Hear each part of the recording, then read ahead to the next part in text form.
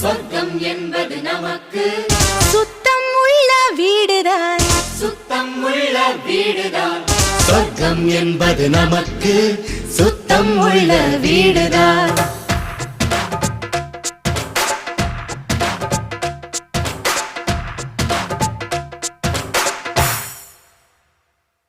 சொர்க்கம் என்பது நமக்கு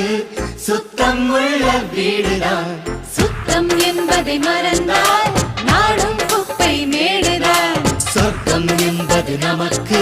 சுத்தம் உள்ள வீடுதான் சுத்தம் என்பதை மறந்தால் நாடும் குப்பை மேடுதான் உலாவும் நிலாவில்